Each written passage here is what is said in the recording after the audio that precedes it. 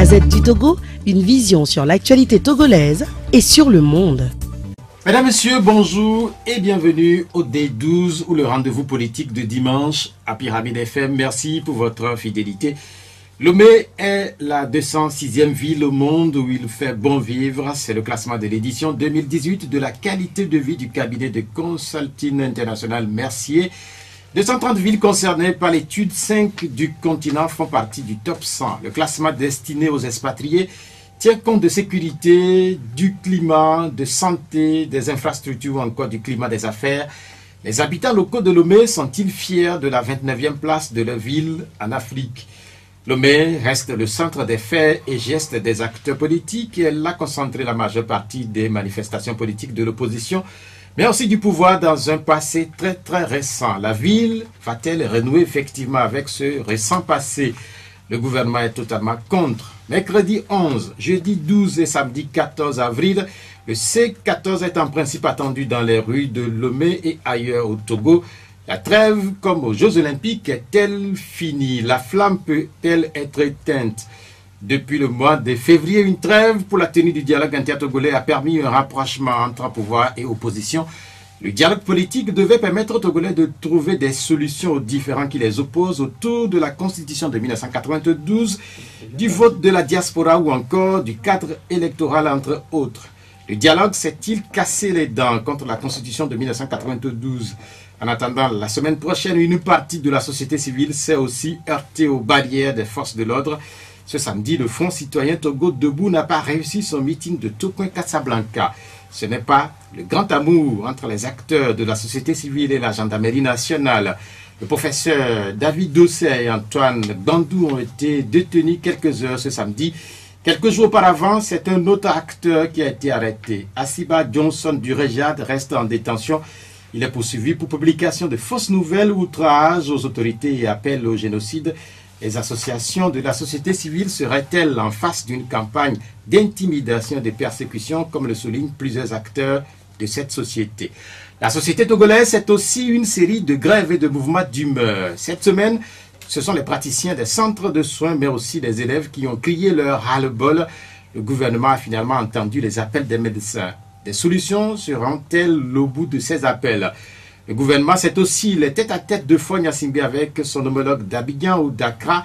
C'est également 35 millions de dollars du Millennium Challenge Corporation des USA. C'est enfin le forum présidentiel pour les jeunes. Pour commenter l'actualité de la semaine, nous avons une délégation de la coalition. La délégation se résume ce midi à la personne de Nathaniel Olympio, le président par intérim du Parti des Togolais.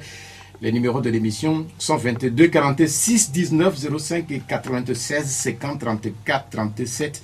C'est Vincent Lasbogakudoyor qui est à la technique. Cher invité, bonjour. Bonjour.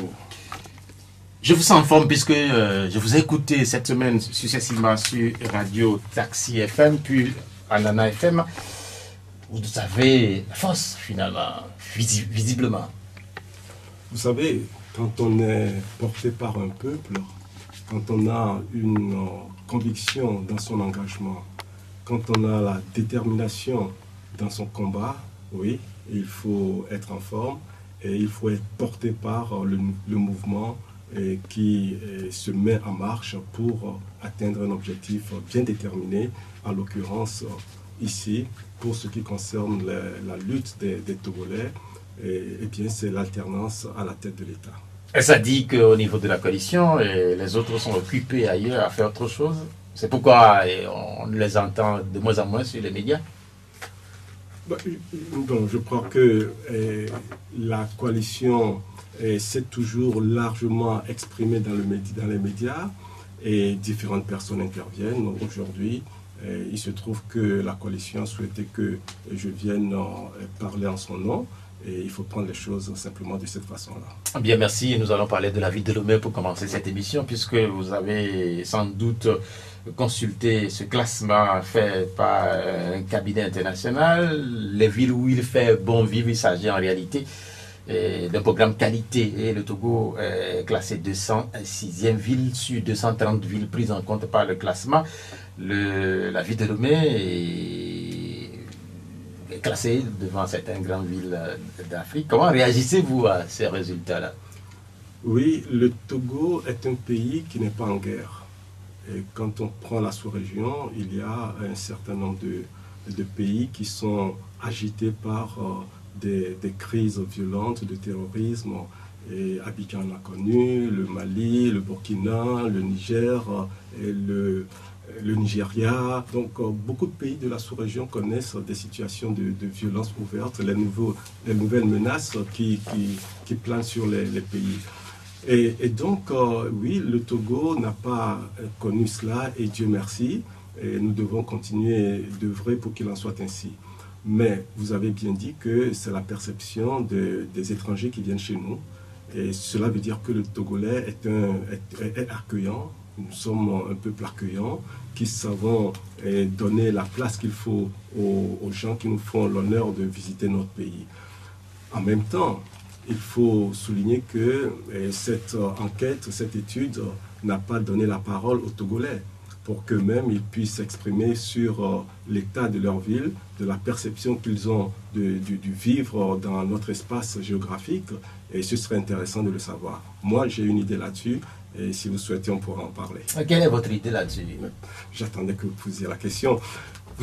Vous savez qu'au Togo, les gens dans leur quotidien sont très stressés. Les gens dans leur quotidien affichent une expression malheureuse. C'est pour ça que les classements de l'ONU, et là, vous allez être désagréablement surpris que à plusieurs reprises, c'est-à-dire plusieurs années consécutives, l'ONU a classé le pays comme celui où le peuple est le plus malheureux au monde. Vous voyez un tout petit peu le contraste qu'il y a entre la perception qu'un étranger de passage quelques jours dans notre pays a de notre pays et les études profondes qui marquent la perception et la vie des citoyens togolais dans leur propre pays. Les Togolais sont malheureux, tout simplement. Et c'est à ça qu'il faut œuvrer pour que ça change. Je disais tantôt que le cabinet devait tenir compte du climat des affaires, des infrastructures, de la sécurité, pour ne citer que ces paramètres-là. Comment est-ce que le Togo peut procéder pour éventuellement améliorer son classement? Je rappelle que quand même 230 villes étaient prises en compte et que le Togo est 206e. Oui, ce n'est pas une grande performance, hein. Et nous sommes plutôt en queue de peloton. Et oui, il y a beaucoup de choses à faire. Et la gouvernance elle-même, qui est la racine de toutes les activités et de tous les progrès qu'on est supposé devoir faire, eh bien cette gouvernance-là ne crée pas le cadre d'épanouissement, le cadre d'initiatives privées qui puissent permettre aux gens d'exprimer leurs talents en toute liberté et en toute capacité qui sont les leurs. Et il faut donc que cette gouvernance-là change. Malheureusement, nous avons en place le même système qui fonctionne de la même manière depuis plus d'une cinquantaine d'années et que les gens s'approprient tous les instruments de l'État à leur bénéfice et finalement c'est un groupuscule, c'est quelques personnes, c'est une minorité qui jouit des fruits du pays. Vous comprendrez que dans ces conditions-là, il est extrêmement difficile de voir un Togolais prendre une initiative de création d'entreprise et que son entreprise soit prospère de manière significative et que cette entreprise ait des démembrements dans la sous-région, eh bien, pour qu'il en soit ainsi, vous êtes obligé de naviguer dans les girons du pouvoir. Ça, c'est un climat des affaires qui ne permet pas l'épanouissement du secteur privé, qui ne permet pas le développement, qui ne permet pas la création des emplois. Vous voyez, le Togo a beaucoup de potentiel, mais le génie créateur du Togolais est bridé parce que le Togolais n'a pas la latitude de s'exprimer en toute liberté, le Togolais n'a pas la capacité, et je veux dire, du point de vue de l'environnement dans lequel il navigue, il n'a pas la capacité de porter son initiative et d'en faire quelque chose de florissant sans que le régime ne lui mette les bâtons dans la roue s'il n'est pas affilié à ce régime-là. C'est pour cela que nous sommes toujours à la traîne. C'est pour cela que nous n'avons pas au Togo une seule entreprise privée qui soit prospère et qu'ils ne soient pas en relation étroite avec le régime. Quand c'est comme ça, c'est impossible que nous ayons un climat des affaires qui soit attractif pour les investisseurs. Selon vous, tout est lié à la gouvernance politique. Mais la gouvernance politique est la racine à partir de laquelle toutes les initiatives peuvent être mises en place. Comment est-ce que nous pouvons mettre un cadre de régulation des affaires? Comment est-ce qu'on peut mettre en place un cadre attractif pour les investisseurs si il y a toujours des passe-droits, s'il y a toujours des accointances entre le pouvoir politique et les hommes d'affaires, lorsqu'il y a toujours cette façon de contourner la loi pour favoriser des gens, eh bien quand c'est comme ça, on ne peut pas avoir un climat des affaires qui soit prospère. Regardez un peu aujourd'hui ce qui se passe. Le port est dans un état complètement lamentable. Les gens sont partis. On a investi des milliards dans cette infrastructure, mais c'est un investissement structurant qui finalement ne crée pas d'emplois, qui ne crée pas de nouvelles entreprises qui graviteraient autour de ce port-là. C'est un exemple palpable qui illustre bien l'état de notre économie. Vous voulez dire que le port de Lomé n'est plus attractif? Mais le port de Lomé, ce n'est un secret pour personne. Mais que tous les bateaux que nous avons là en rade au niveau de la plage de Lomé, mais ça donne l'impression que le port de Lomé fonctionne à merveille. Mais vous dites bien, ça donne l'impression. Parce que si ça avait été le contraire, vous ne parleriez pas des bateaux qui sont positionnés au large de nos côtes, mais vous parleriez de l'activité au port, le déchargement, le transbordement, les marchandises qui arriveraient. Malheureusement, ce n'est pas le cas. Nous en parlons quand on parle des entreprises, d'une entreprise spécifique, puisque vous avez été révélé, vous et votre frère Alberto, à l'opinion publique togolaise, aussi par l'entreprise d'une entreprise Accend. On ne sait pas ce que ça devient. Et ça fonctionne toujours? Vous voulez qu'on parle? Accend n'a jamais été mise en place au Togo, vous devez le savoir. C'est une entreprise qui était basée dans plusieurs pays, mais justement le climat des affaires au Togo ne le permettait pas. Donc, mais c'est curieux quand même que vous soyez des Togolais, que vous n'arrivez pas à vous implanter au Togo. Oui, c'est ça la réalité, c'est ce dont je parlais tout à l'heure. Si vous voulez vous implanter au Togo, vous êtes Togolais ou non, eh bien, il faut être en acquaintance avec le régime.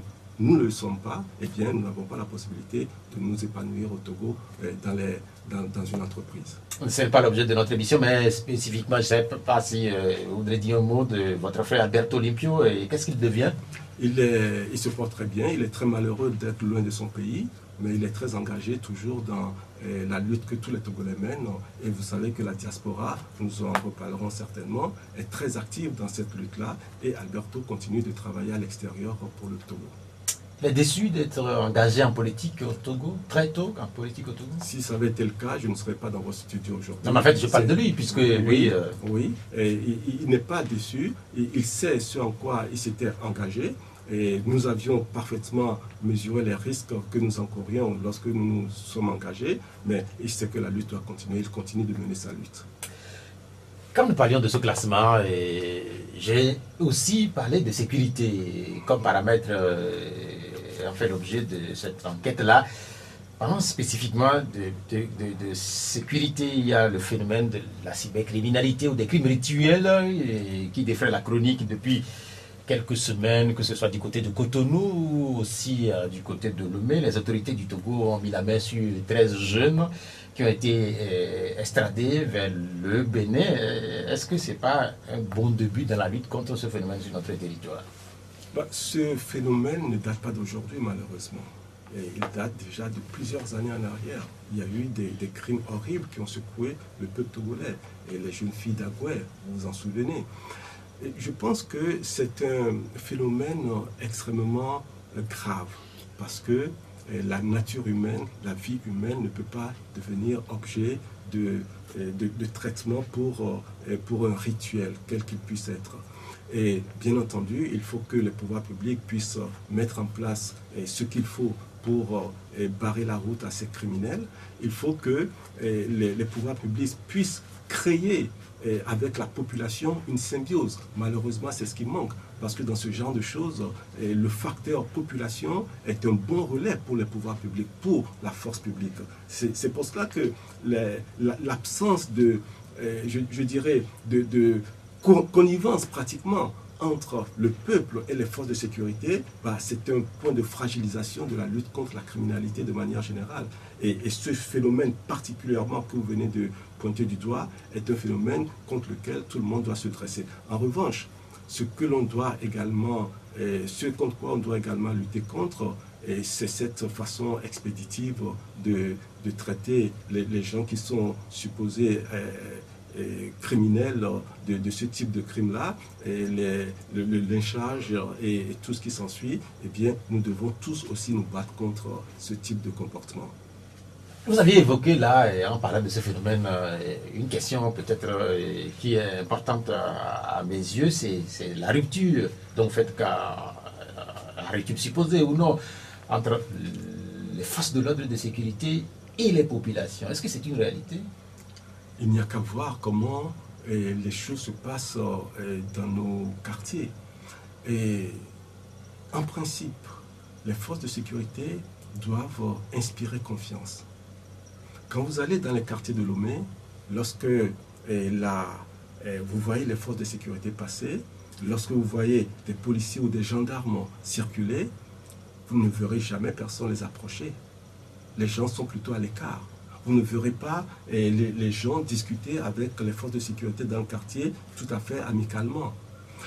Quelqu'un qui est perdu, qui cherche son chemin, il ne s'approchera pas d'un représentant des forces de l'ordre pour demander son chemin. Il y a, et on ne peut pas le nier, une situation entre les populations et les forces de sécurité qui ne favorise pas la collaboration.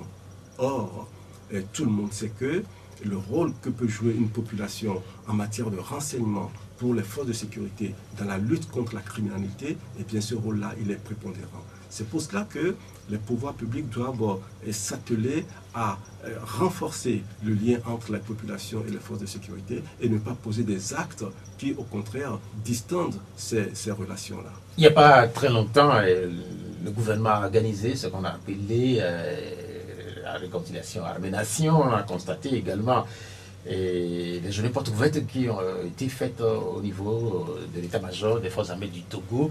Est-ce que c'est pas suffisant pour du moins corriger un peu, si besoin est, les difficultés qui existeraient entre les civils et les hommes en armes? Je pense que ces initiatives, elles ne sont pas mauvaises en soi, mais elles sont prématurées. Ces initiatives sont prématurées parce qu'il y a d'abord un fondement, il y a d'abord certaines frustrations des populations, il y a d'abord l'histoire du Togo à traiter avant de mettre en place ces événements qui sont de nature à venir compléter un dispositif qui aurait déjà fonctionné. On ne peut pas commencer par les portes ouvertes alors que les gens ont le cœur lourd, les gens ont des frustrations encore en eux. Oui, c'est une initiative louable, mais je pense que ce n'est pas le moment opportun. Du coup, l'effet attendu ne va pas porter tous les résultats. Mais ce qui est certain aussi dans la traque de ce qu'on appelle ici les gaymans, dans cette traque-là, la collaboration des pouvoirs ou bien des populations, cette collaboration ou bien cette participation est sans doute réelle, puisque selon ce que nous avons eu comme information, les soldats ont été alertés à un certain moment par les populations. Et c'est suite à ces alertes-là qu'il y a eu des interventions de la police et de la gendarmerie. Oui, si ça fonctionnait comme il se devait, eh bien les gens ne seraient pas lynchés. C'est la preuve que ça ne fonctionne pas. Les gens n'ont pas été lynchés à tous les coups, puisque certains avaient été quand même arrêtés. Oui, les gens ont été arrêtés, mais vous savez, ne prenez pas l'arbre qui crache la forêt. Ne prenez pas un exemple ponctuel pour en faire une généralité. Il y a une difficulté aujourd'hui réelle de collaboration entre les pouvoirs publics, entre la force publique et les populations. Tout cela est le fruit de notre histoire.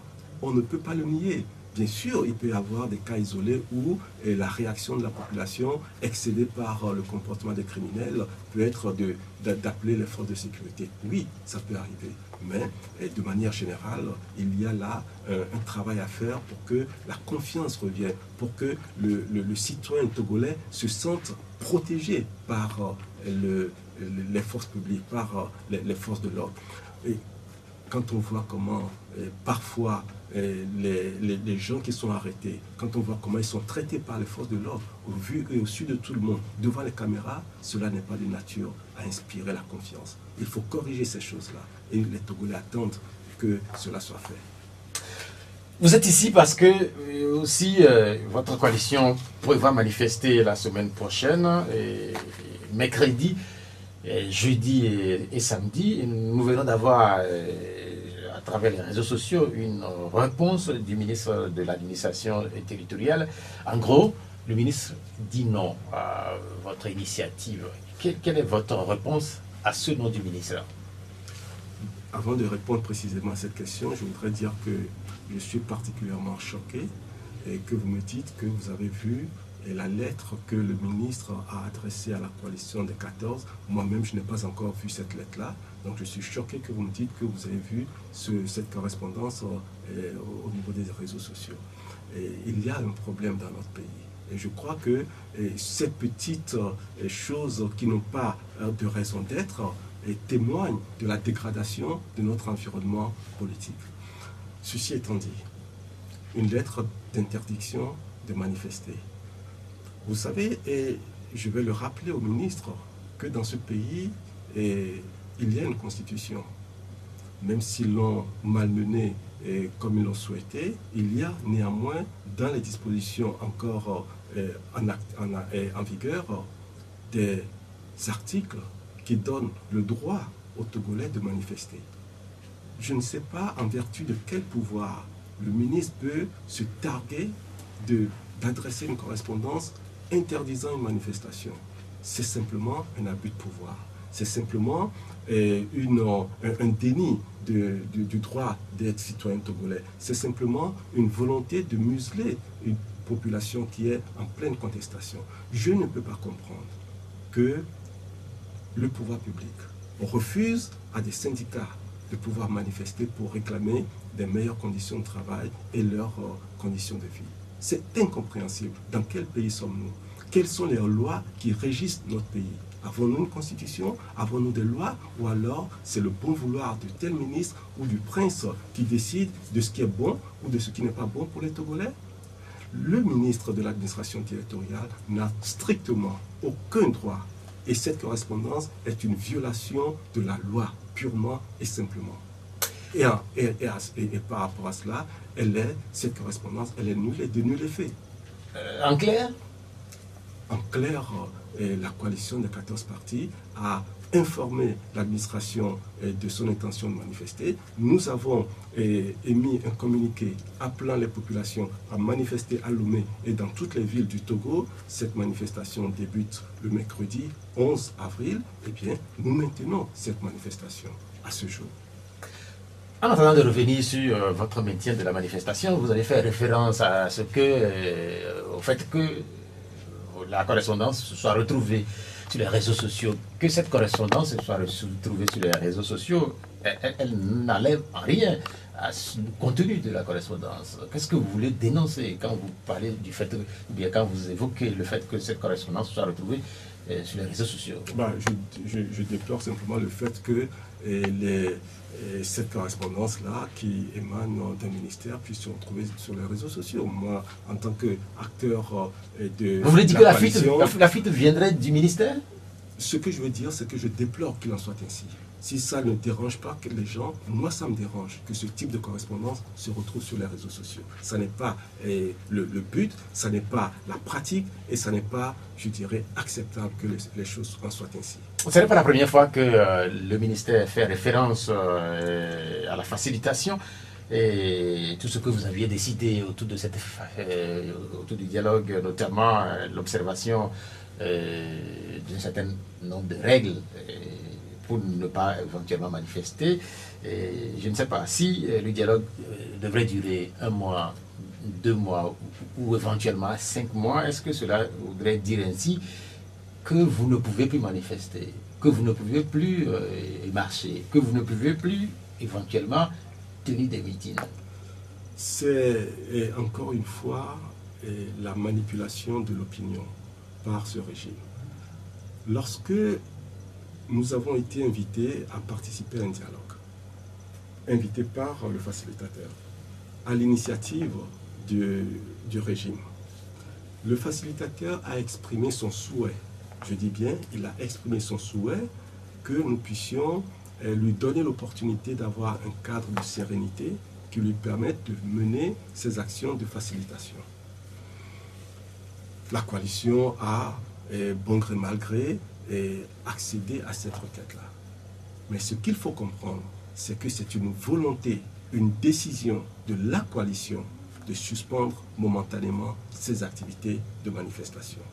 Ce n'est pas une interdiction, ce n'est pas une fin de nos manifestations. Nous avons demandé, nous avons décidé de suspendre momentanément. Qu'est-ce que ça veut dire? Ça veut dire que nous avons également et parallèlement la latitude de reprendre nos manifestations quand bon nous semble. Et je vais vous rappeler à cet effet, et pour montrer la cohérence de ce que je suis en train de vous dire, depuis que nous avons commencé les manifestations, nous avons commencé le dialogue, toutes les semaines, nous avons déposé une lettre d'information de manifestation. Toutes les semaines, pratiquement. Qu'est-ce que ça veut dire? Ça veut dire que c'est bien dans notre entendement, et c'est bien compris du facilitateur et de tout le monde, que l'opposition, la coalition des 14 partis, était en mesure de reprendre les manifestations à tout moment. Jusqu'à présent, nous ne l'avions pas fait, parce que nous n'avons pas voulu le faire. C'est tout, compte tenu du contexte, compte tenu des relations qui étaient en place en ce moment-là. Mais aujourd'hui, lorsque nous voyons le comportement du régime, qui poursuit unilatéralement l'organisation de son référendum, lorsque nous voyons que des CELI, au niveau des CELI, on nomme les présidents, on nomme les membres des CELI, tout cela en violation des engagements que le régime a pris dans le cadre de ce dialogue, lorsque l'on continue de maintenir les villes de Mango, Bafilo et Sokolé pratiquement en état de siège, avec une présence forte des militaires, et que, d'après d'ailleurs les propos que le président Nana Akufo-Addo nous a tenus, la présence de ces militaires dans ces villes crée des tensions avec les populations. Donc, quand nous avons un régime qui ne respecte même pas les mesures d'apaisement qui ont été notées, les gens sont toujours en prison, encore plus d'une cinquantaine sont en prison aujourd'hui, on continue d'arrêter les défenseurs des droits de l'homme, le professeur David Dosset, avec le militant des droits de l'homme Antoine Bandrou également, et hier, parce qu'ils ont voulu tenir un meeting d'information dans le cadre de leurs activités, association Front Citoyen Togo Debout, qui lutte pour les droits de l'homme et pour la liberté publique, on interdit cela sous prétexte, écoutez-moi bien, sous prétexte que deux ministres ghanéens et guinéens ont fait un communiqué qu'il ne devrait pas y avoir de manifestation au Togo. Vous ne trouvez pas qu'il y a là quelque chose qui heurte la conscience du citoyen? Il y a là quelque chose qui heurte également la conscience, tout simplement? Oui, mais en fait, quand vous parlez de communiqué signé de deux ministres, ou bien de communiqué de deux ministres guinéens et ghanéens, est-ce que cela ne supplante pas l'opinion, ce que vous êtes en train de dire là? Mais c'est exactement parce que ça a commencé. Est-ce que ce n'est pas une entente entre la facilitation, l'opposition et le parti pouvoir? Ce que je veux vous dire, c'est que ce document a été signé par le ministre ghanéen et le ministre guinéen. L'opposition n'a jamais apposé sa signature sur ce document. C'est un fait. Donc, ce que vous devez comprendre, c'est que aucun pays, aucun ministre ne peut se prévaloir de ce communiqué. Je dis bien communiqué. Personne ne peut se prévaloir de ce communiqué pour interdire une activité autorisée. En clair, vous ne vous sentez pas concerné par la dernière sortie, donc ce communiqué, le contenu de ce communiqué du ministre? La lettre que le ministre nous a adressée, et comme je le dis, cette lettre-là n'a à nos yeux aucune valeur parce qu'il n'a absolument aucun droit d'interdire les manifestations, ni de la coalition, ni de la société civile, ni des syndicats, ni de personnes. Donc mercredi et jeudi de la semaine prochaine, vous serez dans les rues? jusqu'à preuve du contraire, oui, nous serons dans les rues parce que nous sommes en train de respecter toutes les procédures administratives. Nous avons déposé la lettre, nous avons eu un entretien avec le ministre de l'administration territoriale et nous avons également donc couvert toutes les démarches. Nous avons lancé notre communiqué appelant les populations à manifester les jours indiqués. Et bien, aujourd'hui, nous sommes toujours dans cette dynamique. Vous avez fait référence à la sérénité au cours du dialogue et dans un entretien qu'une délégation de la coalition a eu avec le ministre, il vous a été demandé si le dialogue était fini, que vous aviez répondu que le dialogue n'est pas fini. Donc, si le dialogue n'est pas fini, est-ce que ce n'est pas difficile en ce moment-là de créer ce qu'on peut appeler de la zizanie ou de la difficulté autour de la sérénité qu'il doit y avoir durant le temps du dialogue? Parce que vous pensez que défendre le droit des Togolais, c'est créer la zizanie? Ce que je veux vous dire, et que nous devons tous comprendre, c'est que la décision que nous prenons d'aller manifester n'est pas une décision qui est liée au fait que le dialogue soit en cours ou ne soit pas en cours. La coalition n'a pas initié ce dialogue. Et la coalition n'a pas les prérogatives pour décider de la fin de ce dialogue. Il y a un facilitateur. C'est lui qui coordonne toutes les activités relatives au dialogue. C'est à lui de juger l'état dans lequel se trouve la mission qu'il est en train de mener. Donc la coalition n'a pas à dire le dialogue est fini ou pas. En revanche, la coalition a parfaitement le droit et la responsabilité d'ailleurs de pouvoir exprimer son mécontentement quant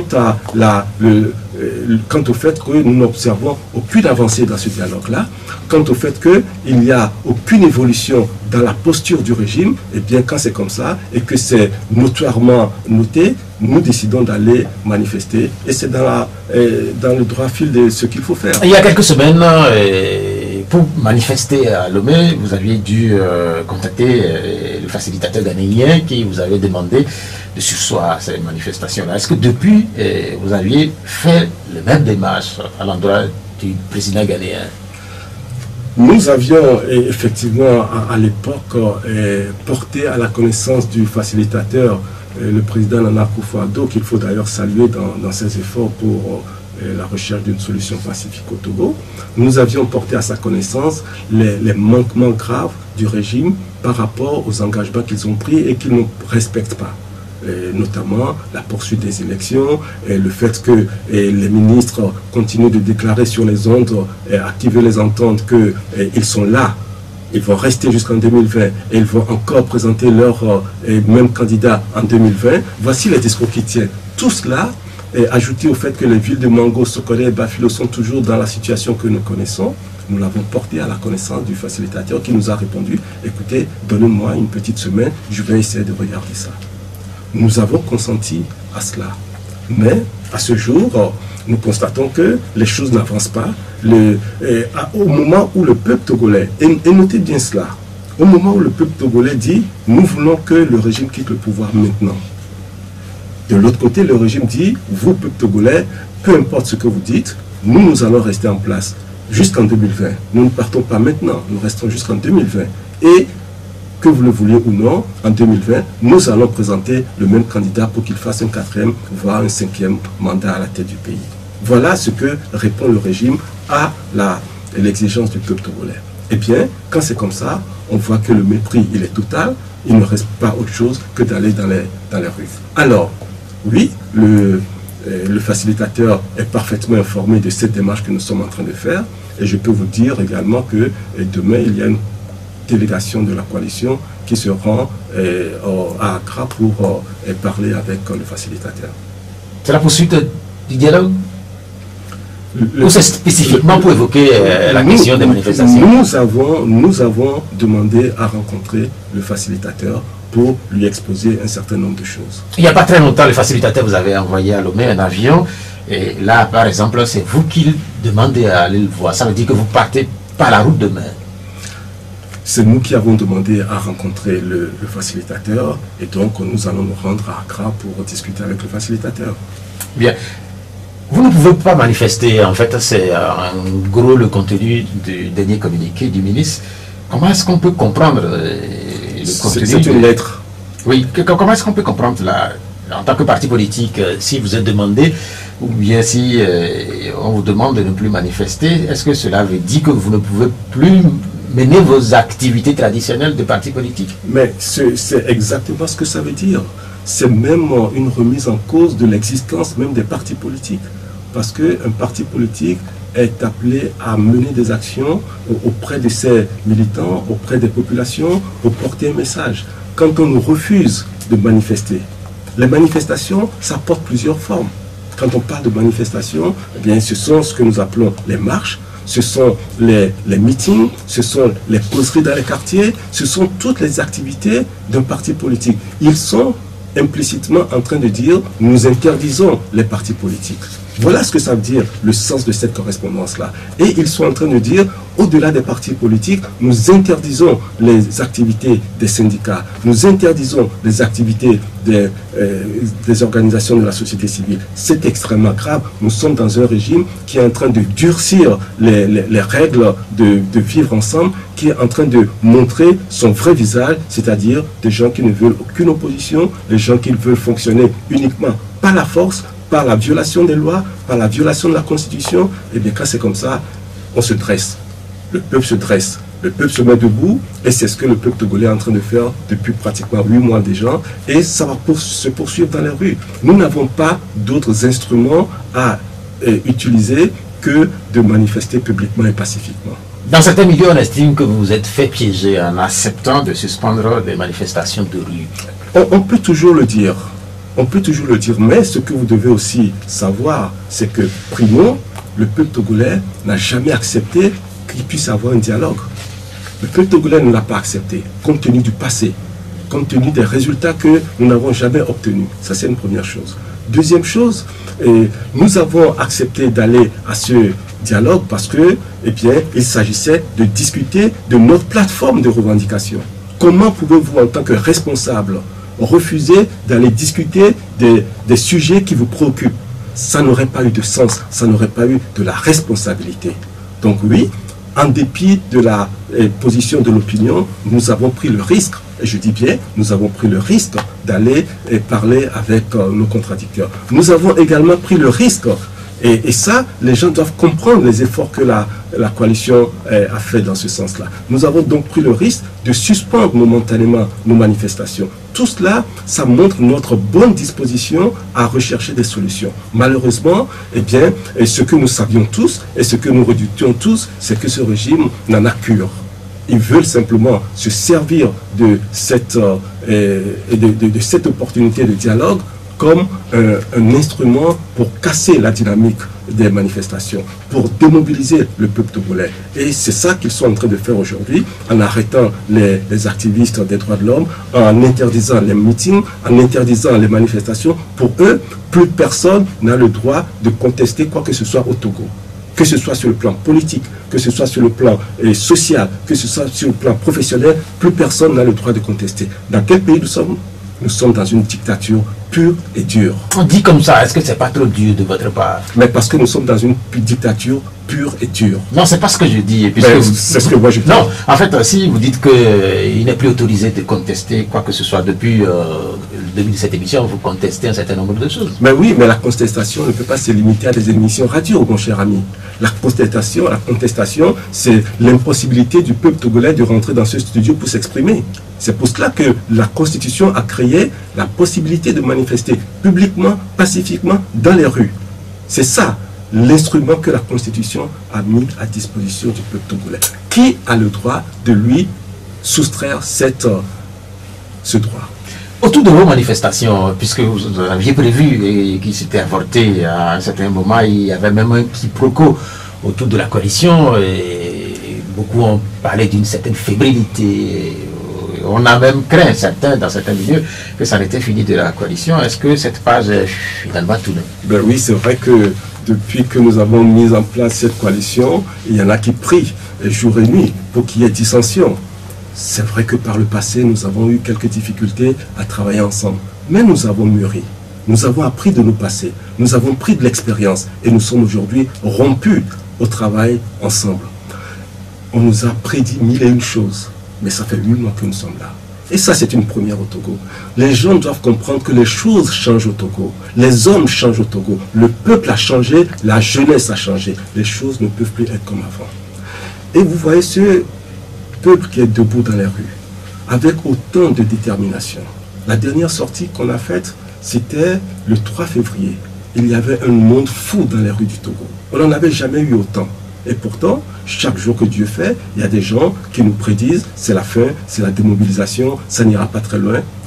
Oui, ça ira loin. Ça ira très loin, ça ira jusqu'à la solution, c'est-à-dire trouver les voies et moyens pour mettre en place une transition qui va nous permettre de construire les bases, les fondements de notre démocratie afin d'avoir un espace de liberté et un espace de démocratie. Et cela, je peux vous garantir que le peuple togolais est prêt à en payer le prix. Si ma mémoire est bonne, votre dernier passage ici, je vous demandais à savoir si on n'est pas dans une sorte d'enlisme. Et vous m'aviez dit que non. Mais aujourd'hui, ça fait bientôt 8 mois que vous êtes engagé de cette façon-là dans la contestation du régime. Est-ce qu'on n'est pas dans cet enlisme finalement? Alors, moi, je ne sais pas ce que vous appelez enlisement, mais ce que je peux vous dire, c'est que s'il faut que le peuple togolais se batte 6 mois, 8 mois, 10 mois, 12 mois, 1 an pour obtenir la liberté et la démocratie, le peuple togolais se battra autant qu'il le faut. Bien entendu, nous souhaitons tous que tout cela prenne fin le plus rapidement. Mais nous avons en face de nous des gens qui sont fermés, qui sont hermétiques à toute évolution vers la démocratie, qui ne comprennent pas encore que la rotation du pouvoir est un fondement indispensable à la démocratie. Je pense que nous devons accompagner ce dialogue qui a été enclenché, dont on n'a pas encore sifflé la fin. Nous devons l'accompagner de pression dans les rues de Lobé et du Togo. Nous devons l'accompagner de pression venant de l'extérieur. Sans cela, le dialogue est un instrument qui n'a aucune valeur.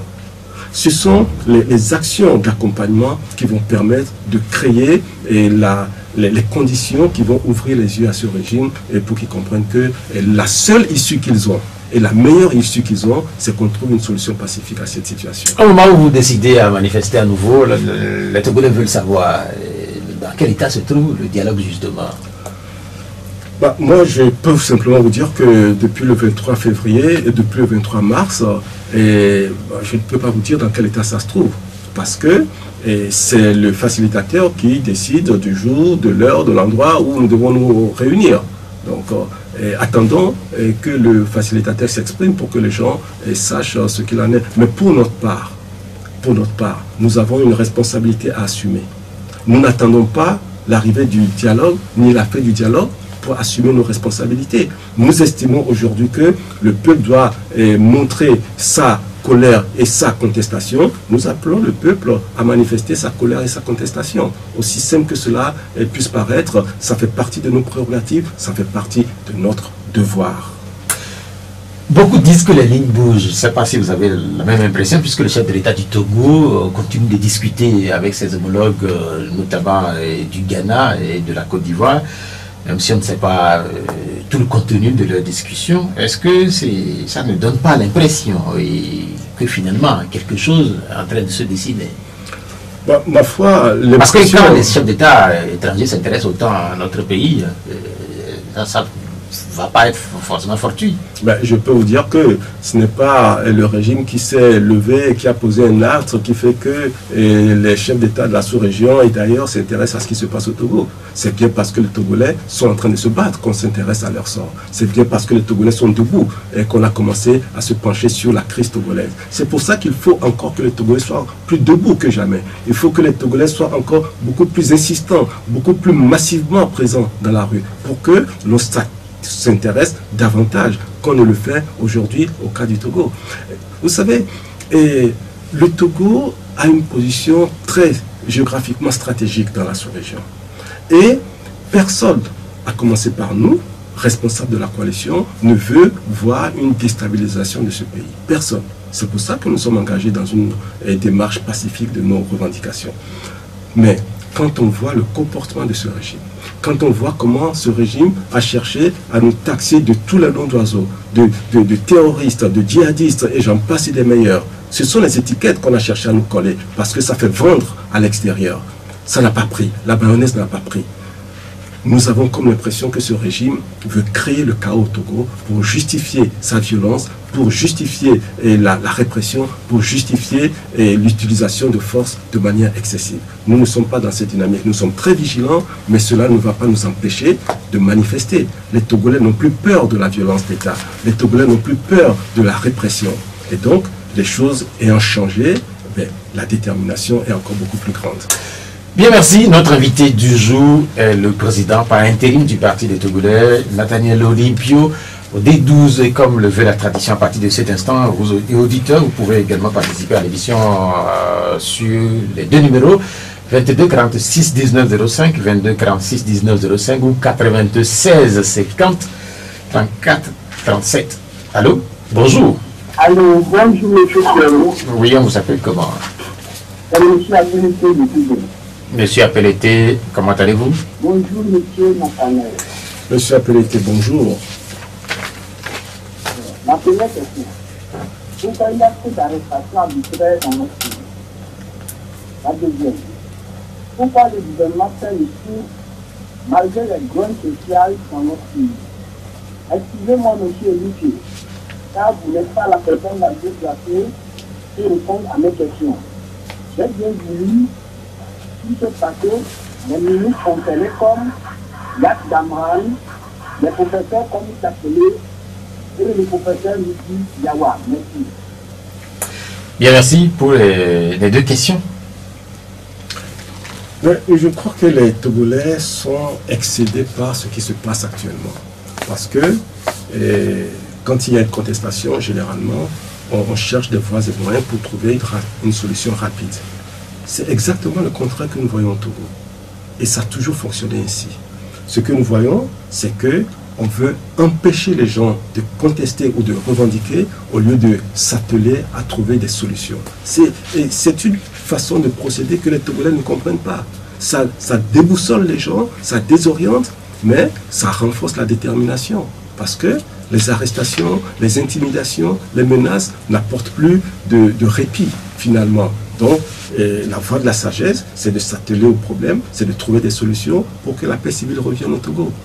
On ne peut pas, à chaque fois, exhiber la force publique pour faire taire les gens, pour empêcher les gens de s'exprimer en essayant de compter sur la peur qui va naître en eux, en essayant de compter sur leur incapacité à affronter cette adversité. Mais les choses ont changé. Les gens n'ont plus peur de la force publique. Les gens n'ont plus peur de la violence d'État. Et c'est ça qui fait la différence. La deuxième partie de sa question, à propos de la grogne sociale. Oui, mais c'est le même comportement. Et ils demandent pourquoi ils font la sourde oreille. Mais ils font la sourde oreille parce qu'ils comptent sur leurs méthodes qui sont aujourd'hui dépassées. C'est de ça que je viens de parler. Les deux vont ensemble. Après les théories aimé à voir sur ce plateau des ministres du gouvernement, il faut dire que nous battons tous les jours que Dieu fait pour que ces ministres puissent participer de façon quotidienne à nos émissions. Nous ne baissons pas les bras. Deuxième auditeur, allô? Allô, bonjour. Bonjour. Monsieur Magro. Oui, monsieur Magro, allez-y. Je veux tout d'abord faire une observation.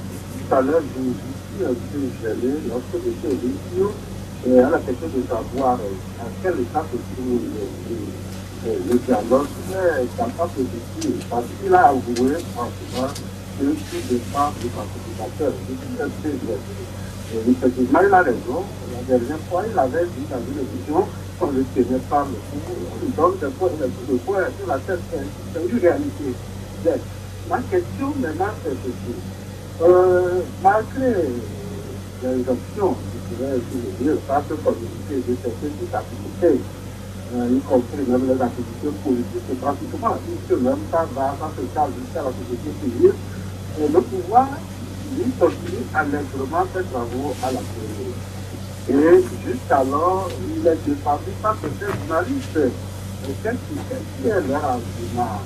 Il est que c'est des tâches quotidiennes, que c'est un État souverain qui doit annuler en certains tâches parce que l'État continue qui doit vivre, etc. Et tout à l'heure, encore à la radio nommée, il y a deux membres de la société civile, un certain docteur et je tenais encore cette argumentation. Je disais que l'État doit toujours continuer cette argumentation qui tient toujours. Mais juste alors, je n'ai pas encore entendu quelqu'un démentir ce qu'il voudra. Monsieur, qu'est-ce que vous va répondre? Bien, merci. Alors, je pense que la première partie de votre intervention est sur le fait que je ne sois pas en mesure de dire aujourd'hui que c'est la fin du dialogue ou non. Simplement parce que ça ne relève pas de ma prérogative. Et j'ai également ajouté que cela n'enlève rien aux responsabilités qui sont les nôtres, celles de la coalition, de poser des actes et de continuer la lutte. Nous continuons notre lutte, et que le dialogue se poursuive ou que le dialogue ne se poursuive pas, nous devons continuer à nous battre pour ce qui préoccupe les Togolais. Voilà la première partie. Maintenant, pour ce qui concerne les gens qui défendent les positions du régime, écoutez, moi, je ne peux naturellement pas être en accord avec eux, parce que l'État, son rôle, qu'est-ce que c'est? Son rôle, c'est de préserver la paix civile. Comment l'État peut-il s'entêter à poursuivre une activité qui, visiblement, crée la dissension au sein de la population, qui crée un environnement conflictuel au sein de la population, et dire que parce que je suis l'État, donc je continue à faire ce que j'ai à faire, sans tenir compte de tous les dégâts que cela cause sur le chemin, ce ne serait pas responsable. Et c'est malheureusement ce que nous sommes en train d'observer. Et ceux qui défendent cette thèse-là, eh bien, il faut comprendre que, ils défendent les thèses du régime. Et voilà, il y en a un certain nombre aussi quand même. Même si c'est une minorité, eh bien, on entend cette minorité sur les ondes. Allô? Allô? Bonjour. Bonjour, M. Pierrot. Oui, Kakou. Oui, c'est M. Kakou de Pierrot. Bien, merci.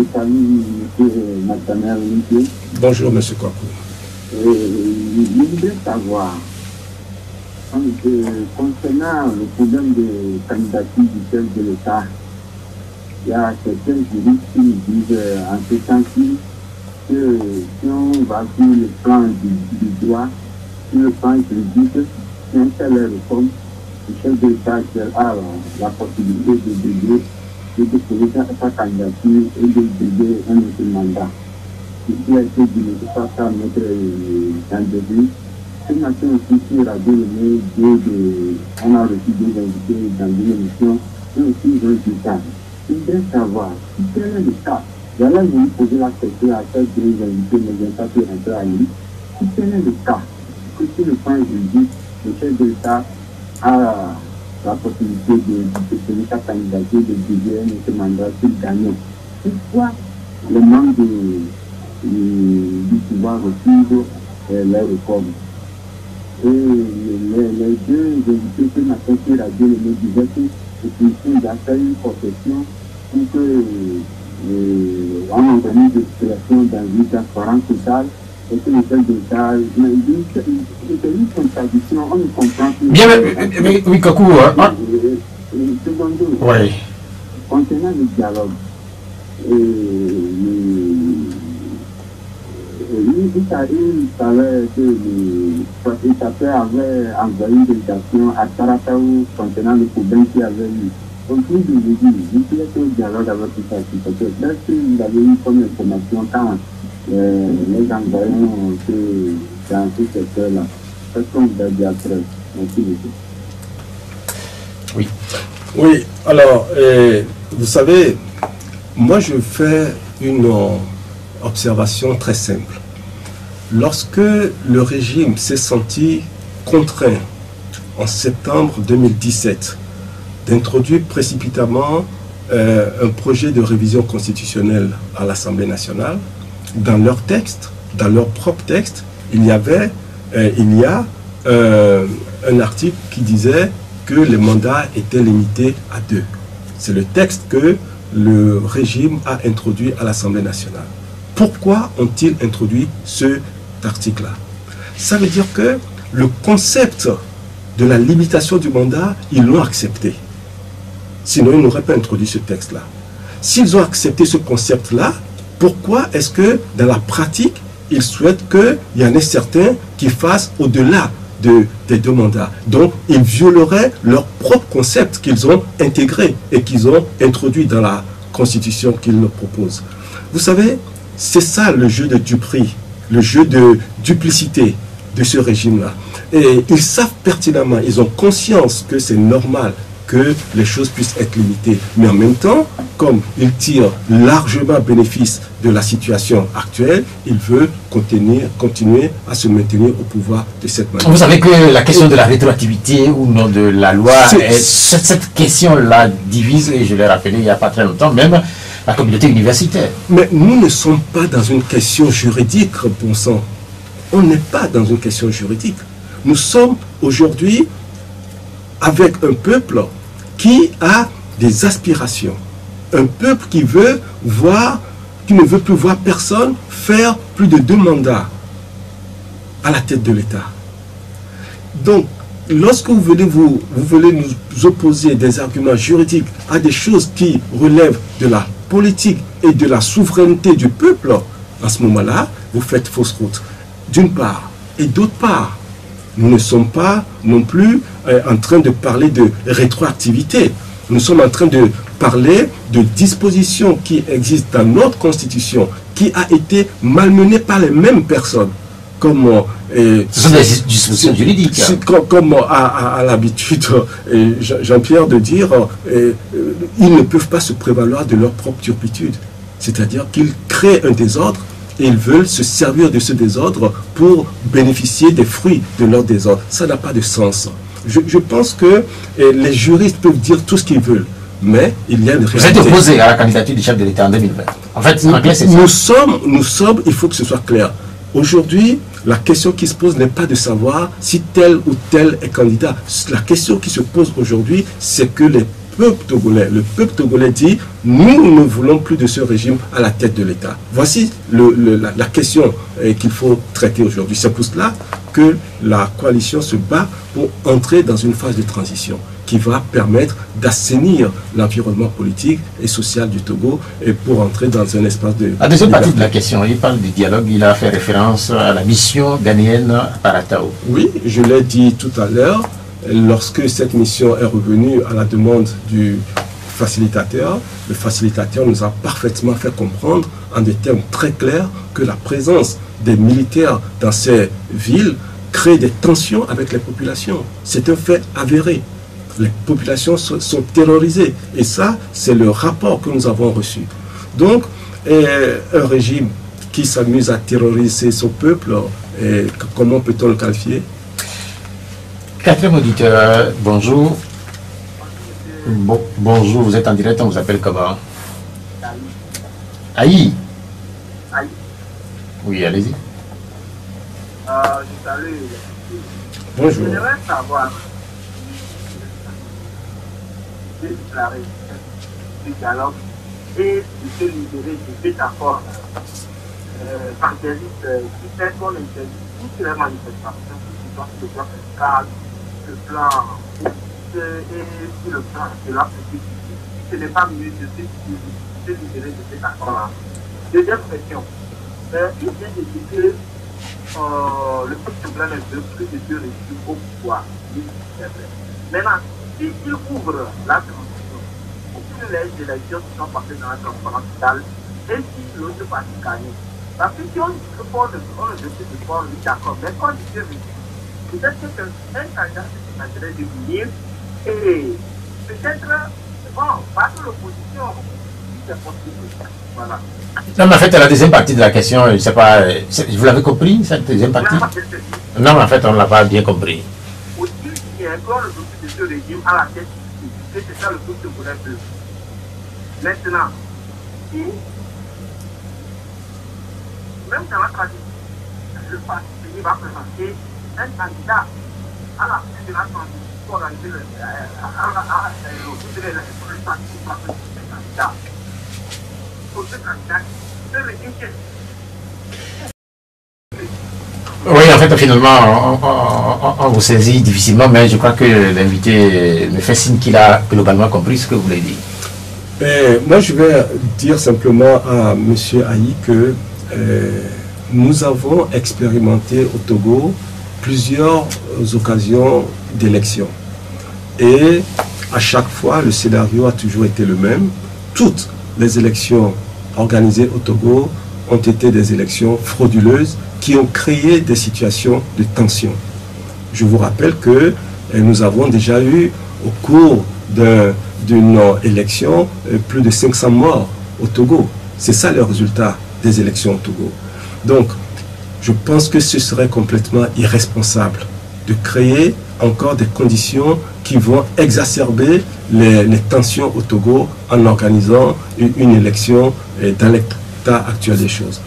Ce que les gens doivent comprendre, c'est que il est temps que nous puissions, pour une fois et une fois pour toutes, mettre en place les conditions d'une élection propre.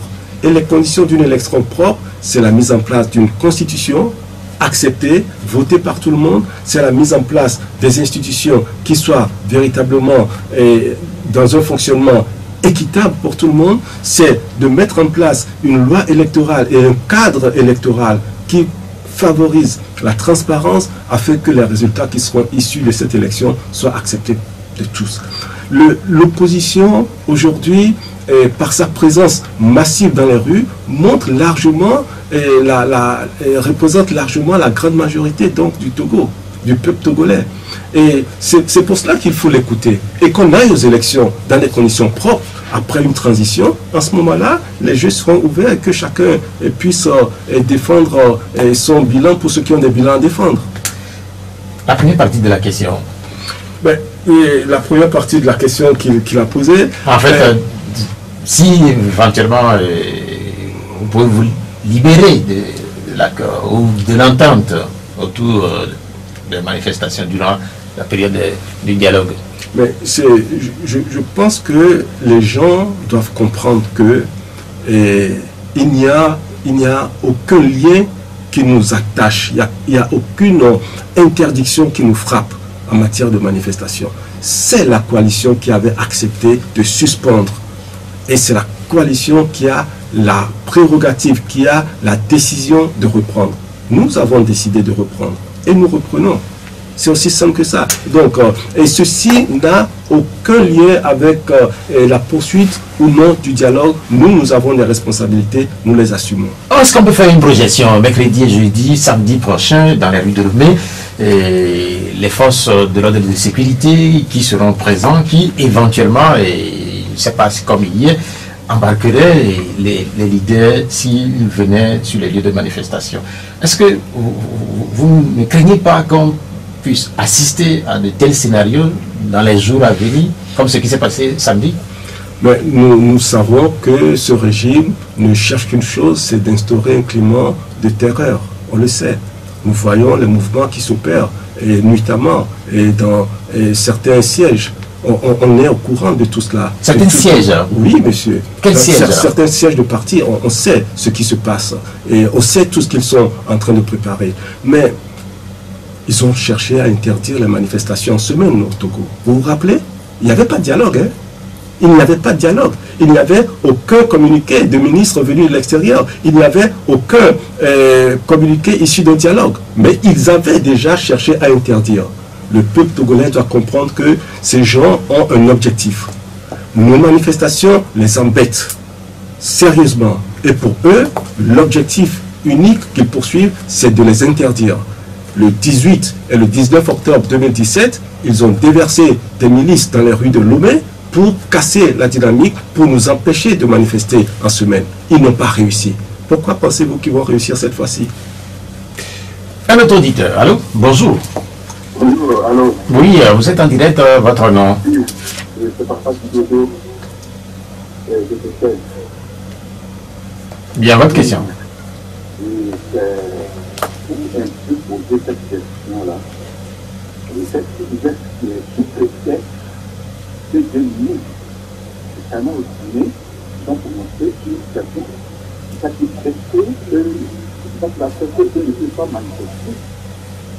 Est-ce que ces deux ministres-là ont les expulser pour pouvoir viser sur les arrêts?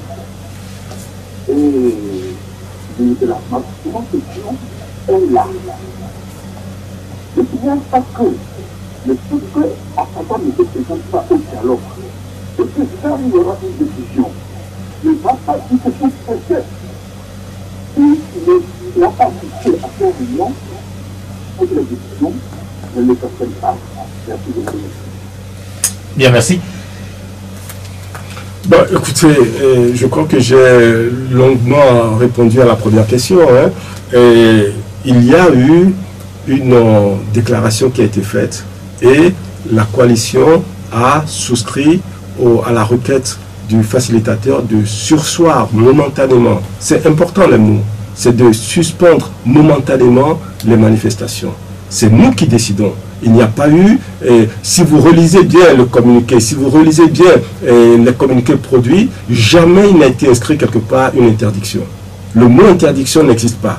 Suspendre, c'est ce qui a été dit. D'accord? Quand on dit suspendre, ça veut dire qu'on peut reprendre à tout moment. Et qui a la prérogative de reprendre? Ben, c'est la coalition, à travers le droit que nous donne la Constitution. Donc, n'allez pas chercher ailleurs ce que le régime a décidé depuis le mois d'octobre. Je viens de l'expliquer tout à l'heure. Leur objectif, c'est d'interdire, purement et simplement. Ils viennent aujourd'hui se cacher derrière ce document pour dire qu'ils ont le droit d'interdire. Ils n'ont pas le droit d'interdire. Ça, il faut que ce soit clair. Maintenant, vous avez évoqué M. Achadam qui ne serait pas partie prenante. Je crois qu'il ne faut pas dire des choses qui ne sont pas des réalités. La coalition est composée de 14 partis politiques. Et tout ce qui se fait au nom de la coalition, eh bien, cela se fait par les 14 partis politiques. Allô? Allô? Oui, bonjour. Monsieur Pierrot, bonjour. Ah oui, ils s'appellent comment? Oui, on m'appelle Dodi. Oui, Dodi. On m'appelle Boga. Oui, Dodi, votre question. Voilà. Ma préoccupation, c'est que chaque fois que vous recevez les membres des partis d'opposition qui manifestent, ils se revendiquent souvent du peuple. Je veux savoir comment le peuple est saisi. Parce qu'il y a effectivement beaucoup de personnes qui se réunissent, qui répondent à leur appel. Mais qu'est-ce qui permet d'évaluer pour savoir réellement que c'est la majorité du peuple qui est derrière eux? Parce que chaque fois on dit le peuple. Est-ce qu'il n'est pas mieux, par exemple, de poursuivre avec les revendications d'ordre électoral? Parce que je sais qu'au niveau de la CENI, au niveau de la Cour constitutionnelle, au niveau du cadre électoral, je sais qu'il y a beaucoup de choses à améliorer. Est-ce qu'on ne peut pas voir là-bas et si éventuellement, par la grâce de Dieu, on arrive à obtenir véritablement des élections transparentes, que cette proposition puisse battre le régime en place, et puis nous allons sortir de cette lutte dont nous ne savons pas quand est-ce qu'elle prendra fin. Merci. Bien, merci. Très bien, j'ai failli sourire, mais les sujets sont tellement graves qu'il faut absolument se priver de cela. Et le peuple, vous savez, dans toutes les démocraties, il n'y a jamais 100% des gens qui élisent un chef d'État ou un président de la République. C'est toujours une majorité, et c'est toujours le peuple. Et quand on élit quelqu'un, c'est le peuple qui élit. Donc, n'allez pas dire que ceux qui sont dans la rue ne représentent pas le peuple. Et vous dites qu'il y a des choses à refaire, à améliorer dans le cadre électoral. Mais qui vous l'a dit? Comment l'avez-vous su? C'est parce que vous avez écouté ce peuple-là. Vous ne pouvez pas d'un côté dire que les gens qui manifestent ne sont pas le peuple, et de l'autre côté, écouter ce même peuple pour dire que le cadre électoral n'est pas bon. Je pense qu'il y a quelques mélanges de réflexion. Moi, ce que je voulais vous dire, c'est que si nous avons autant de monde dans les rues de Lomé depuis 8 mois maintenant, c'est bien parce qu'il y a un malaise dans le pays. C'est bien parce que les Togolais, dans leur grande majorité, ne se sentent plus en harmonie avec ce régime-là, dans sa gouvernance. Et les gens qui s'expriment, eh ben, ils représentent le peuple. Même, vous savez, lorsqu'on fait des élections, il y a des règles. pour choisir les électeurs. Quand on a moins de 18 ans, on ne participe pas aux élections. Mais ça ne veut pas dire que les gens de moins de 18 ans ne font pas partie du peuple, monsieur. Donc, ne prenez pas la notion de peuple pour manipuler un peu l'opinion et faire penser que ce qui manifeste aujourd'hui constitue une minorité. C'est très dangereux de mener ce type de réflexion. Un autre auditeur est en ligne, allô? Bonjour. Bonjour. Bonjour. Oui, bonjour. Je m'appelle Serge Contini. Oui, Serge. Bonjour l'invité. Monsieur Serge, bonjour. Bonjour. J'ai une question très personnelle. Bon, la première est celle-ci. Si vous avez dit que nous ne sommes pas dans le cadre que le qui ne veut pas une personne sur le pays, qui ne veut pas que le président se représente encore. Voilà. Est-ce que le peuple avait pris seulement merci au pouvoir ou bien c'était c'est aller aux élections d'abord? C'est la première question. Vous avez dit que vous avez une seule question. Mais allez-y, oui. Ce ne serait pas nécessaire que d'accepter, comment la personne, les discussions que les deux confrères, les deux collègues, de la radio Lomé, qui disaient qu'on divise la croix en deux. On considère que le mandat qui est en cours est considéré comme un premier mandat et le permettre de se représenter en 2020 et en 2025. Il ne peut plus se représenter. On trouve que comme ça, c'est mieux que de chaque fois faire les marches, que ça trouve. Bien, merci Serge. On va commencer par la deuxième partie de la question et couper la poire en deux. Est-ce que vous acceptez, puisque c'est un courant de pensée ou des positions défendues par certains milieux depuis quelques semaines maintenant, accepter que le mandat actuel soit le premier et concourir avec le chef de l'État en 2020? Les précédents, ils sont quoi? Non, mais en fait, ça doit être un accord politique. Mais aujourd'hui, c'est une contradiction, une opposition qu'il y a entre ce que veut un régime et ce que veut un peuple souverain. Et les deux ne peuvent pas être mis en balance. Aucun régime n'a plus d'importance, plus de valeur que le peuple souverain. Et aujourd'hui, le peuple souverain dit, ça suffit comme ça, nous voulons que vous quittiez le pouvoir. C'est ce que le peuple dit. Et la réponse du régime, c'est que, peu importe ce que vous dites, moi je veux m'éterniser au pouvoir. Quand c'est comme ça, eh bien, le peuple, il a aujourd'hui un instrument entre ses mains, c'est de manifester. Et nous n'avons pas un gâteau à partager, monsieur Serge, nous n'avons pas un gâteau à partager. Il n'y a pas de poire à couper en deux. Il y a un peuple souverain qui exige que sa souveraineté lui soit redonnée et pour que le peuple puisse remettre cette souveraineté en jeu dans des élections propres. C'est aussi simple que ça. Et on ne coupe pas en deux une souveraineté. La première partie de la question. Oui, la première partie de la question, le peuple togolais n'a jamais élu le chef de l'État en place aujourd'hui. Jamais. Là, je n'ai pas compris. Puisqu'il demande si ce n'est pas le peuple qui l'a mis là-bas. Et je dis non, ce n'est pas le peuple. Si vous écoutez tout ce que le régime dit quand il s'exprime, il part toujours de la reconnaissance de la communauté internationale de leur élection en 2015. Jamais il n'a osé dire que le peuple togolais reconnaît son élection. Jamais il n'a dit que le peuple togolais a approuvé son élection. Parce qu'il sait très bien que le peuple togolais ne lui a jamais donné ces prérogatives-là. Ah oui, ils ont confisqué le pouvoir. Oui, en fait, quand vous faites allusion à 2015, il y a eu 2010, il y a eu 2005 aussi. Vous voulez oser qu'on parle de 2005? Oui, mais en fait, quand vous faites seulement référence oui, mais parce que je parle du mandat actuel. Mais en fait, ils n'ont jamais été élus. Même en 2010, il n'a pas été élu. Même en 2010, il n'a pas été élu, mon cher ami. Bien. C'est de l'autorité publique. Sinon, on n'exercerait pas autant de violence. Le César, vous vous rappelez? Un autre auditeur. Allô? Allô, Pierrot. Bonjour. C'est M. Koulani. Je salue notre invité. Koulani, ça fait longtemps. Ça fait longtemps, mon frère. Bonjour, M. Koulani. Monsieur Alberto Lupio, vous savez, aujourd'hui nous avons la chance au niveau de l'opposition que le groupe des 6 ou bien le groupe des 5 sont derrière nous.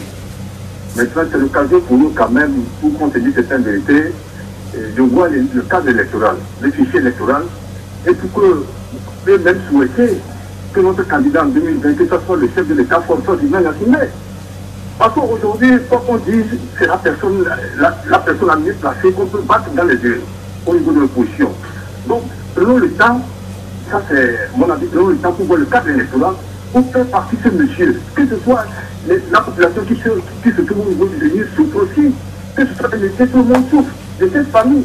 Donc, capitalisons nos énergies pour les garder dans les yeux, pour faire partie de ce monsieur. S'il a l'envie de réellement se représenter, on a qu'à le souhaiter. S'il a fait 3 mandats, on le souhaite qu'il se présente. C'est ce que moi je voulais vous suggérer. Merci pour l'émission. Bien, merci. C'est une suggestion qui en vaut une autre, sauf que aujourd'hui, je ne peux pas souscrire à cette hypothèse-là pour une raison très simple. Parce qu'il y a quelque part, même en politique, un peu de morale. Il y a quelque part en politique un peu d'éthique. Et si des élections pouvaient résoudre la crise au Togo, il y a eu tellement d'occasions d'élections et la crise aurait été déjà résolue. Et nous ne vivons pas une crise électorale au Togo. On n'est pas dans une crise électorale. Nous sommes dans une crise politique. Et nous sommes dans une crise d'absence de démocratie. C'est ça les mots qui minent le Togo. Ce n'est pas l'élection en soi qui est le problème. L'élection est une conséquence simplement de la situation démocratique du Togo. Donc, n'allons pas chercher à mettre en place un cadre électoral et si nos institutions ne sont pas bien fonctionnelles, si les lois ne sont pas celles que le peuple a votées, si les gens n'ont pas la liberté de s'exprimer, de manifester, si les partis politiques ne peuvent pas fonctionner comme il se doit, aucune élection ne viendra résoudre ce problème-là. Donc, quand on a déjà fait 1, 2, 3 mandats en cours, et quand soi-même on a déjà déclaré sur les ondes à plusieurs reprises que l'on devrait limiter le mandat à 1, tout au plus à 3, a-t-il dit? Ne revenez pas aujourd'hui nous dire, eh bien, pourquoi on ne ferait pas un 4e mandat? Et pourquoi pas un 5e, 6e? Pourquoi pas une présidence à vie pendant qu'on y est? Non, monsieur Koladi.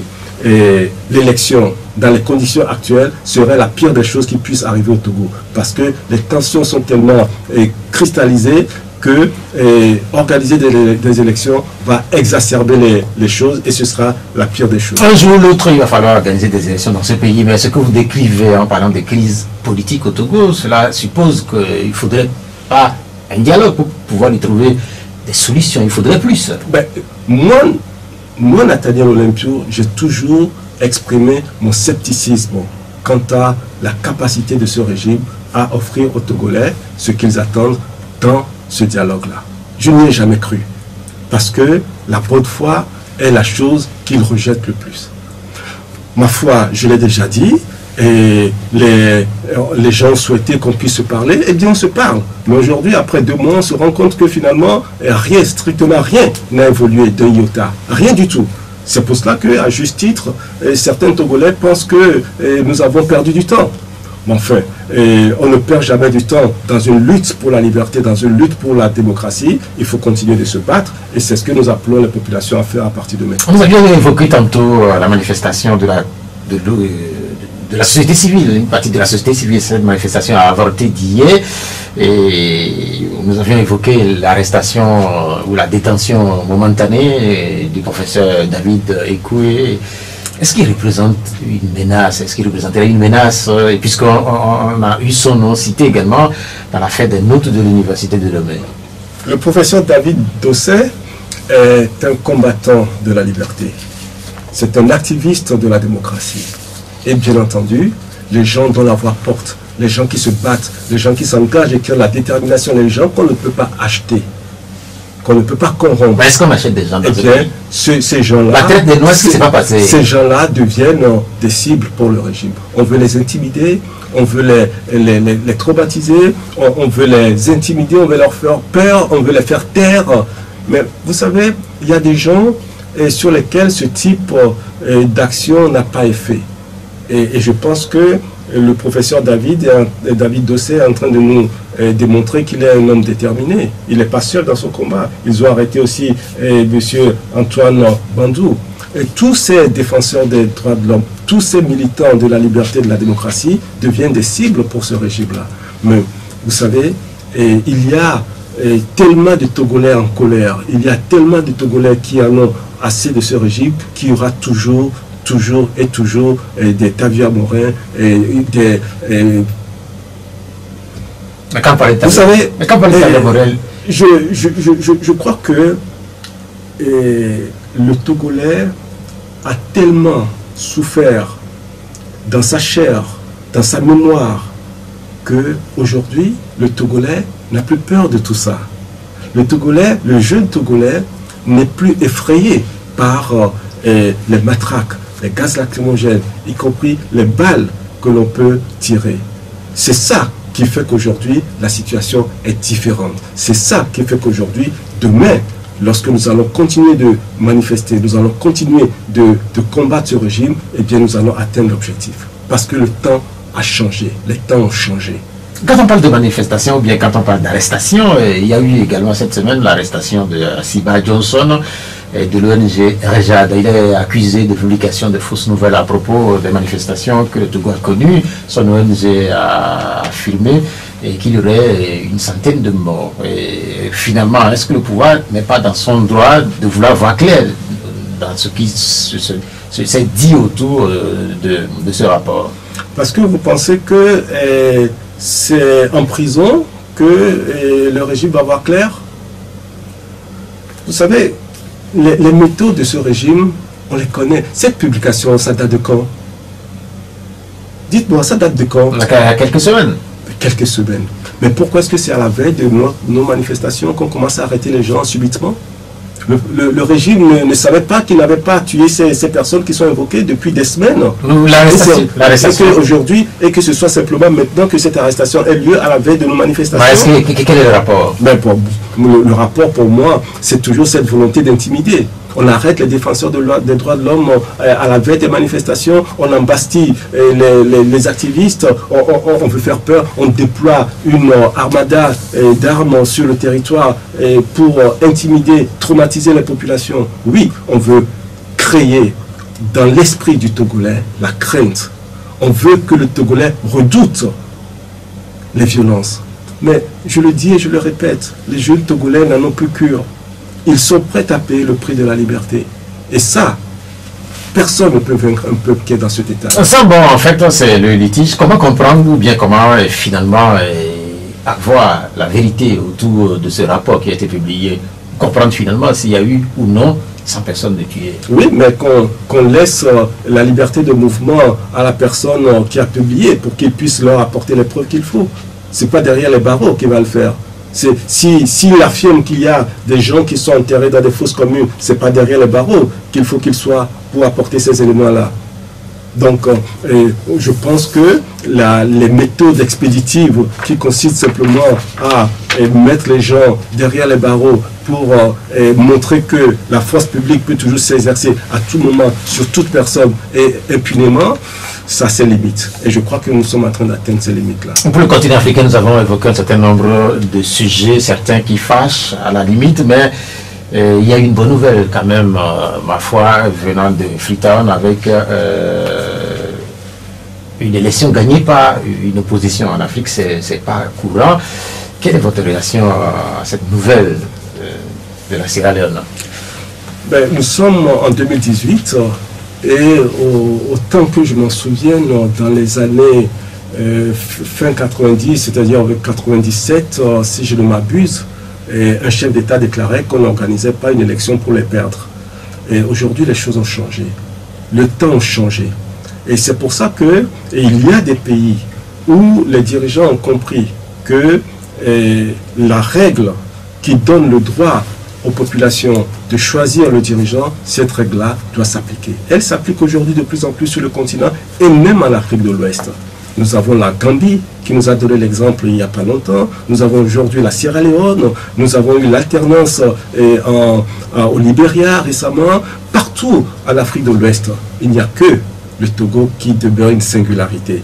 Et donc, le Togo n'a pas d'autre choix. Le régime togolais est acculé. Le régime togolais devient une singularité dans toute la sous-région. Tous les regards sont portés sur le Togo et tout le monde se demande à quand le changement au Togo. Mais c'est inéluctable. Il arrivera ce changement-là. Le pays que vous citez en Afrique de l'Ouest, la Gambie, la Sierra Leone, le Libéria et même le Nigeria il n'y a pas très longtemps, ce sont des pays anglophones quelque part. Est-ce que l'appartenance du Togo se fait francophone?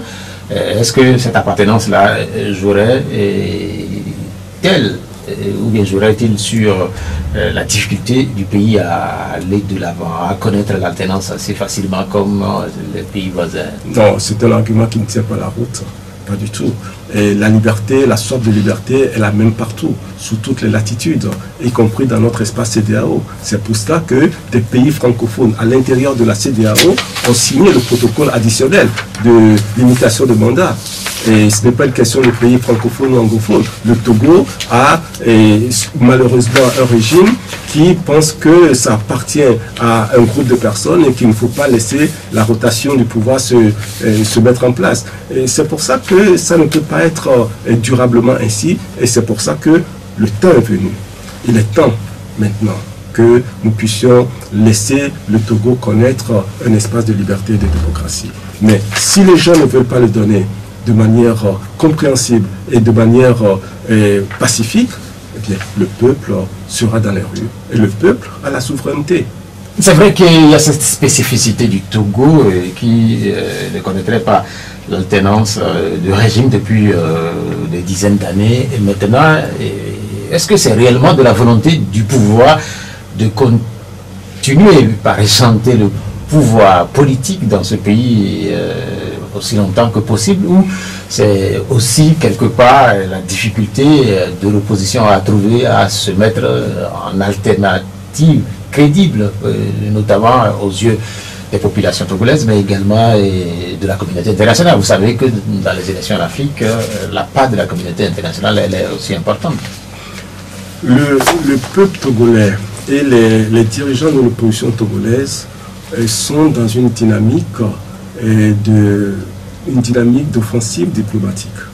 Nous avons parfaitement compris l'importance de la dimension diplomatique de notre lutte. Et l'opposition togolaise aujourd'hui a une physionomie différente également de la configuration d'il y a quelques décennies en arrière. C'est pour ça la crédibilité que vous évoquez de l'opposition togolaise est une chose effective. Et je ne suis pas certain que l'on chercherait à écouter les gens, à parler de ce que nous revendiquons, si les gens ne percevaient pas que nous avons une crédibilité et une capacité également à diriger les affaires de l'État. Je pense que la transformation qui s'est opérée au sein de l'opposition togolaise et qui se caractérise par le fait que nous sommes dans une coalition solide depuis plusieurs mois déjà, qui se caractérise par le fait que nous parlons tous de la même voix aujourd'hui, fait que les pays occidentaux nous portent une oreille attentive, les pays de la sous-région nous portent une oreille attentive, on nous reçoit dans les grandes administrations, on nous reçoit dans les palais présidentiels de la sous-région, et je crois que oui, l'opposition togolaise, oui, la coalition togolaise est aujourd'hui crédible et a la capacité de prendre en charge les affaires de l'État. Je ne sais pas si vous savez, une baleine a échoué à Neho. Je ne sais pas si vous savez. Oui, je viens de l'apprendre il y a quelques minutes avant de rentrer dans le studio. Et je ne sais pas encore ce qu'on en dit. Et ça arrive des fois que des baleines échouent. Et ce n'est pas la première fois que ça se passe sur les plages de Lobé. Hein. Et depuis des décennies, ça arrive de temps en temps qu'on voit des baleines, au moins une ou deux baleines échouer sur les plages. Il y a ce dit-on populaire au Togo, Mina et Blosso Diago. En fait, si Blosso Diago, en réalité, nous devons aller et prendre notre part. À la fin de cette émission, je ne sais pas si on va se diriger vers Neho. Les gens ont tellement fait au Togo en ce moment que oui, si ce n'est pas de la viande avariée, ce sont des protéines. J'ai tout compris, Nathaniel Olympio, merci d'être venu. Je rappelle que vous êtes le président par intérim du parti des Togolais. Cette émission que vous venez de suivre sera rediffusée tout à l'heure à partir de 19h. Merci à Bouga, c'est la scout pour la mise en onde technique de l'émission. Je suis Pierre Roy-Thiobé. Prochain rendez-vous dimanche. Au revoir. La Gazette du Togo, une vision sur l'actualité togolaise et sur le monde. Rejoignez-nous sur le www.lagazettedutogo.com ou sur nos comptes Facebook, Twitter et YouTube. Pour tout contact, écrivez à contact@lagazettedutogo.com ou appelez le 92 80 88 53. La Gazette du Togo, c'est l'information en continu.